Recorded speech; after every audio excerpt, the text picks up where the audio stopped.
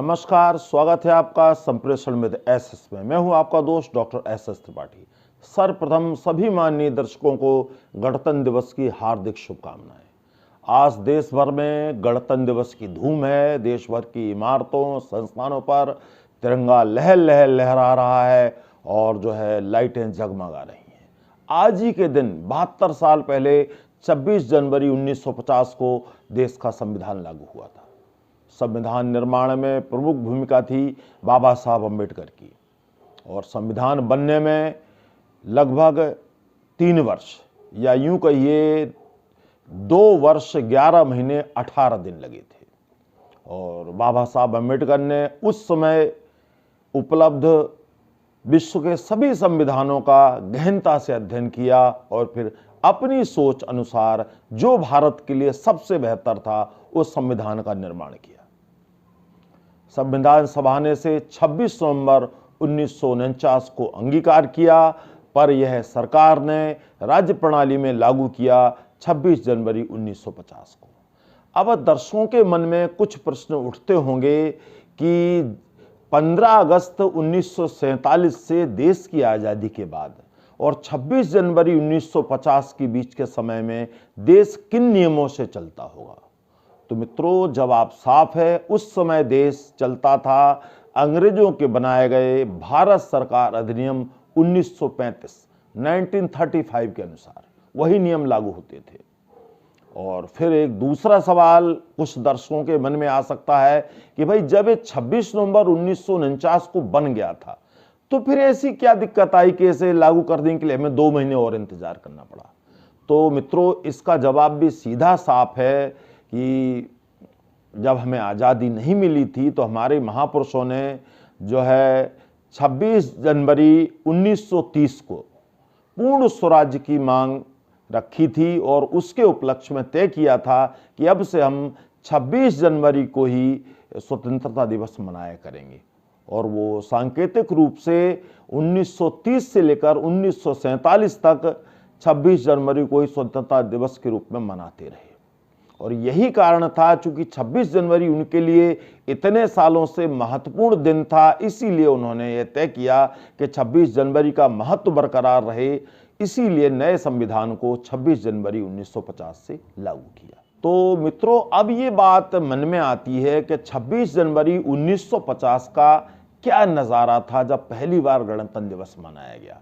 इतिहास के आईने से देखें तो पहली बार गणतंत्र दिवस मनाया गया था पुराने किले के मैदान में, जहां पर इस समय चिड़ियाघर है, वहां मनाया गया था। और उसी के सामने इरविन स्टेडियम हुआ करता था, जो इस समय नेशनल स्टेडियम के नाम से जाना जाता है। वहां गणतंत्र दिवस का पर्व मनाया गया था। उस दिन सबसे पहले 21 तोपों की सलामी दी गई थी और उसके बाद डॉक्टर राजेंद्र प्रसाद, जो देश के प्रथम राष्ट्रपति बने थे, उन्होंने झंडा फहराया था। उस कार्यक्रम में डॉक्टर राजेंद्र प्रसाद, पंडित जवाहरलाल नेहरू, पटेल साहब, नए गवर्नर सी राजगोपालाचारी और अन्य कुछ प्रमुख महान हस्तियां मौजूद थीं। और उस समय भी गणतंत्र दिवस में मुख्य अतिथि थे, जो जैसे कि अब तक परंपरा चल रही है। उस पहले गणतंत्र दिवस के हमारे मुख्य अतिथि थे इंडोनेशिया के राष्ट्रपति श्री सुकर्णो जी मुख्य अतिथि थे उस कार्यक्रम के। और उस समय एक छोटी सी परेड निकाली गई थी, जिसमें जल, थल और वायु सेना, तीनों सेनाओं के अंगों की छोटी छोटी टुकड़ियों ने परेड निकाली थी। और जिसमें न तो कोई झांकी थी, न कोई हवाई जहाज था, न कोई सैनिक करतब थे। लेकिन फिर भी महत्व का दिन था, क्योंकि हम पहला गणतंत्र दिवस अपना मना रहे थे। और इसी 26 जनवरी 1950 को देश ने अशोक स्तंभ को सरकारी चिन्ह घोषित किया था, या अपने जो उपयोग में लाया गया था इसी दिन से। अब बात उठती है कि ये परेड जो आजकल निकलती है, ये परंपरा कब से पड़ी है। माननीय दर्शकों, ये परंपरा पड़ी 1955 से। 1955 से राजपथ पर परेड निकलनी शुरू हुई और उस फिर परेड में जरा विधिवत व्यवस्था हो गई, झांकियाँ निकलने लगीं, परेड की सैनिकों की टुकड़ियों की संख्या बढ़ गई, कुछ और चीज़ें बढ़ गईं। और उस परेड में मुख्य अतिथि थे पाकिस्तान के गवर्नर जनरल मलिक गुलाम मोहम्मद साहब, वो मुख्य अतिथि थे उस समय।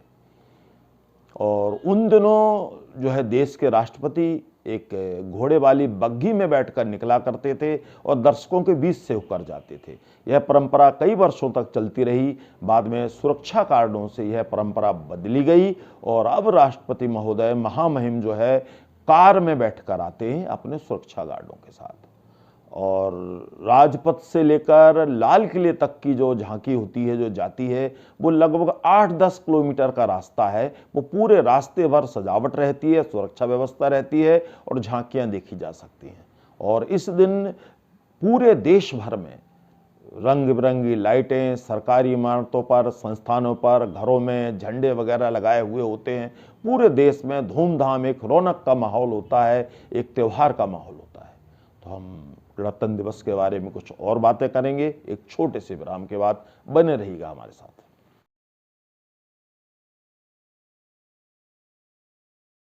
एक बार आपका फिर से स्वागत है संप्रेषण विद एसएस में। जो दर्शक हमसे अभी जुड़े हैं और अगर उन्हें हमारे प्रोग्राम पसंद आ रहे हैं तो उनसे मेरा निवेदन है कि हमारे चैनल को सब्सक्राइब करें, लाइक करें, शेयर करें, कमेंट करें। आप हमें social media platform Facebook, Twitter, Instagram पर फॉलो कर सकते हैं, हमारी वेबसाइट से जुड़ सकते हैं और हमारे ऐप से जुड़ सकते हैं।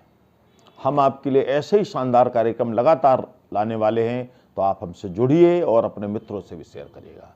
तो मित्रों, हम बात कर रहे थे गणतंत्र दिवस की। तो इस बार का जो गणतंत्र दिवस है वो पूरे देश के लिए खास है। खास इस तरह से है कि इंडिया गेट के पास बनी छतरी जो लगभग 54 वर्षों से खाली पड़ी थी, 54 ईयर्स से, उसमें अभी 23 जनवरी को देश के महान सपूत नेताजी सुभाष चंद्र बोस की होलोग्राम प्रतिमा जो स्थापित की गई है। और यही कारण है कि वो एक बिल्कुल खुशी की नई नवेली खबर है। और अपने दर्शकों को बताते चलें कि 1911 में 1911 में जब जॉर्ज पंचम इंडिया आए थे तो उन्हें बाकायदा सम्राट घोषित किया गया था, उनका राजतिलक हुआ था यहाँ, और उन्हीं के सम्मान में इंडिया गेट का निर्माण हुआ था।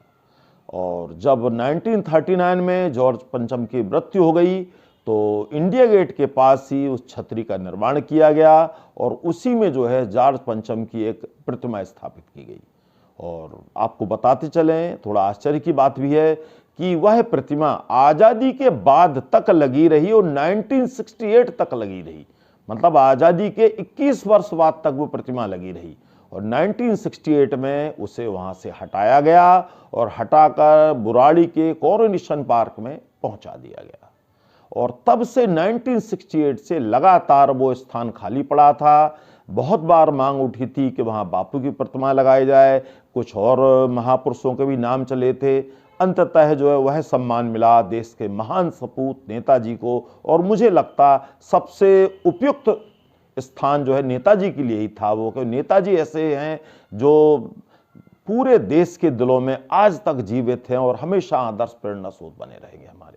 अब मैं भारत के गणतंत्र पर्व पर एक सुरक्षित गीत अपने प्यारे देश भारत को समर्पित करता हूँ। गणतंत्र के हर मंत्र को मेरा शत है प्रणाम, उन्नति करे हर देशवासी, फूले फले भारत महान। उपलब्धियां अब हिंद की जग में धूम मचा रही, हुनर और तकनीकें हमारी सबका दिल लुभा रही। समृद्ध भारत हो रहा इसके हजारों हैं प्रमाण, गणतंत्र के हर मंत्र को मेरा शत है प्रणाम।